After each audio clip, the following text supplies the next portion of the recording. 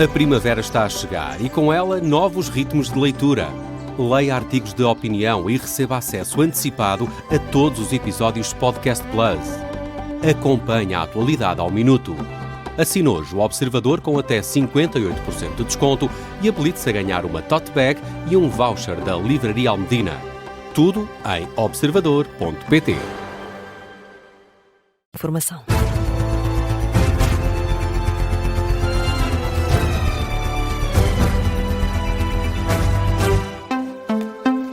Notícias das duas com José Rafael Lopes e José. Donald Trump garante que o Irão vai continuar a ser atingido nas próximas horas. O presidente norte-americano garante que vão ser atacados novos alvos, é o que escreve numa publicação na Truth Social, isto depois de o presidente do Irão ter recusado a rendição total, como pedia o presidente dos Estados Unidos, e de ter pedido desculpa aos países vizinhos de Teherão. Agora surge esta ameaça de Donald Trump, o presidente dos Estados Unidos, ameaça com ataques a novos alvos e grupos de pessoas, mas não avança com mais detalhes. Afirma apenas que hoje, uma semana depois do conflito começar, o Irão vai ser fortemente atingido. E José, há mais portugueses a deixar o Médio Oriente devido ao conflito. A atualização mais recente diz que cerca de 500 portugueses já deixaram a região, foram repatriados por Portugal. Há ainda um grupo de portugueses que estavam num cruzeiro no Dubai, cruzeiro esse que foi cancelado devido aos ataques vindos do Irão, e os 73 portugueses já começaram a partir rumo a Portugal. E os preços, sobretudo na energia, têm vindo a subir e devem começar a afetar o nosso bolso. A partir desta semana, os combustíveis podem atingir máximos históricos. Na segunda-feira, o preço do gasóleo em Portugal deve atingir uma subida recorde de até 25 cêntimos por litro e a gasolina deve subir 7 cêntimos. Esta manhã ouvimos o ex-ministro da Economia do PSD, Carlos Tavares, que defende que o governo não se deve precipitar nas medidas por causa do conflito no Irão. Carlos Tavares põe em causa a duração do conflito, que é incerta, diz que compreende porque é que o governo anunciou um desconto no gasóleo, mas espera que esta medida não se prolongue e explica na Rádio Observador o porquê. Compreendo esta medida que foi adotada pelo Governo de subsidiar. O subsídio corresponde basicamente ao aumento do IVA que seria devido por força da subida do preço. Mas o que eu esperaria era que esta subsidiação não se prolongasse, primeiro porque afeta as finanças públicas e, sobretudo, porque do ponto de vista económico não permite que os preços no mercado reflitam as condições da oferta e da procura, que é o papel dos preços. Carlos Tavares, ex-ministro da Economia e atual presidente da Associação Círculo de Estudos do Centralismo, ouvido no Explicador nas manhãs 360 da Rádio Observador. E esta instabilidade deve começar a refletir-se nos preços a partir desta semana. O antigo ministro da Economia, António Costa Silva, considera que o mundo ainda não está perante um choque petrolífero. Mas alerta para uma situação gravíssima se o conflito se prolongar. Na segunda-feira há esse aumento, que pode ser recorde, no preço do gasóleo, pode subir até 25 cêntimos, com a gasolina a subir 7 cêntimos, mas para António Costa Silva ainda não se pode falar num choque petrolífero. Eu penso que nós ainda não estamos num choque petrolífero, portanto, e não podemos dramatizar e ser muito alarmistas, mas a situação é gravíssima se prolongar no tempo. António Costa Silva, antigo ministro da Economia do PS e gestor, bem como especialista na área da energia, em entrevista à agência Lusa, afirma também que o governo está a ser lento e pede mais medidas para fazer face ao impacto do conflito na economia nacional. Mudamos de tema. Estão a decorrer as cerimónias fúnebres de António Lobo Antunes. Estão a decorrer no Mosteiro dos Jerónimos, com a presença do Presidente da República, Marcelo Rebelo de Sousa, esteve a participar na missa de corpo presente do escritor, que acabou há instantes. Estas cerimónias fúnebres estão a ser acompanhadas pela jornalista Beatriz Félix. Beatriz, agora em direto, Marcelo Rebelo de Sousa já abandonou o Mosteiro dos Jerónimos. já abandonou sem as prometidas declarações aos jornalistas que tinha feito aqui à chegada ao Mosteiro dos Jerónimos. Tinha prometido umas declarações no final, não aconteceu. Marcelo saiu então em silêncio juntamente com a Ministra da Cultura, Juventude e Desporto, Margarida Balseiro Lopes. Ainda assim, esta cerimónia fúnebre foi marcada por um discurso de Marcelo no interior, em que destacou precisamente a urgência do futuro de António Lobo Antunes, que neste momento está a sair do Mosteiro dos Jerónimos. A urna está então a ser levada para o carro para depois ser levada para o cemitério de Benfica, onde António Lobo Antunes nasceu, viveu e é agora lá que vai ficar sepultado no jazigo da família.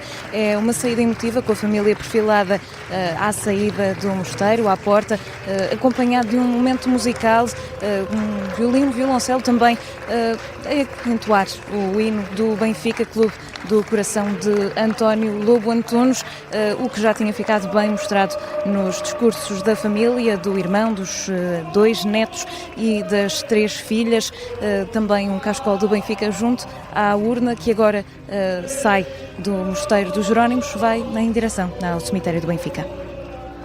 A jornalista Beatriz Félix a acompanhar as cerimónias fúnebres de António Lobo Antunes. O escritor morreu na quinta-feira aos 83 anos. O velório decorreu ontem no Mosteiro dos Jerónimos. Já terminou a missa, como dava conta a jornalista Beatriz Félix. A urna segue agora para o cemitério do Benfica, onde António Lobo Antunes vai ser sepultado.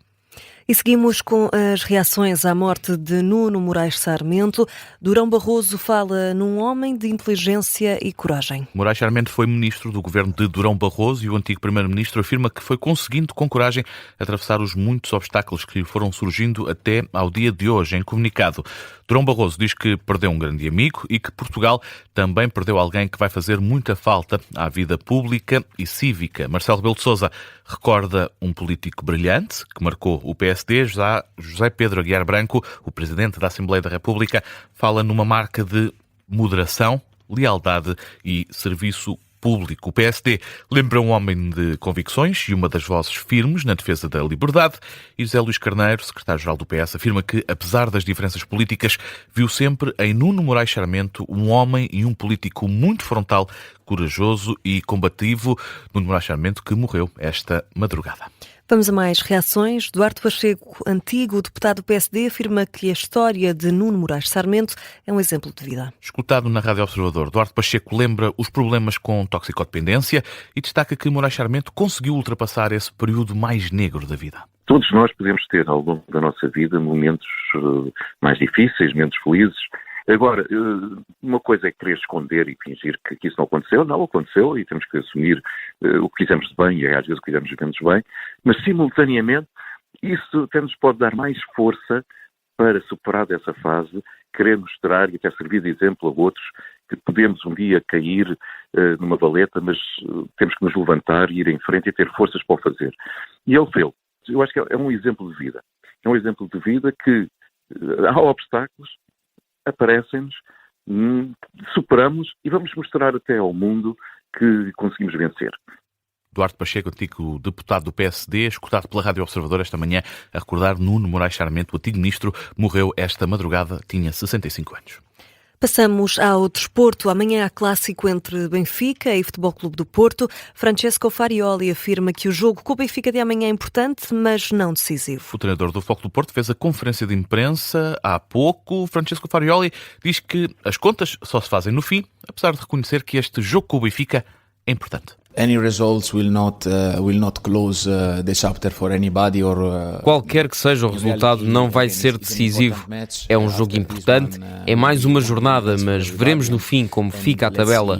Qualquer que seja o resultado, posso dizer-vos, por experiência pessoal, que isto só acaba no final do campeonato. Até ao último ponto, o mais importante é dar tudo. Till there is a point to be played, we need to go full gas, and that's the most important part. Francesco Farioli, que deixa também muitos elogios a José Mourinho, treinador do Benfica, que vai fazer a conferência de imprensa antes deste jogo às 3 da tarde. O clássico esse joga-se amanhã. Já esta tarde, José, há Braga Sporting, às 6 da tarde. Com a emissão especial preparada para acompanhar esse encontro do campeonato. Antes, a Rádio Observador falou com o antigo guarda-redes Beto Pimparel, que alinhou em ambas as equipas. Fala Beto Pimparel num jogo duro entre equipas motivadas, admite que há ingredientes para um grande jogo e considera que o Sporting está ligeiramente melhor. Em teoria, atribuiria, obviamente, um ligeiro favoritismo sempre à equipa que, para mim, tem sido mais consistente, que apresenta um futebol mais vertical, mais ofensivo, com muita versatilidade no seu processo ofensivo, que é o Sporting Clube Portugal.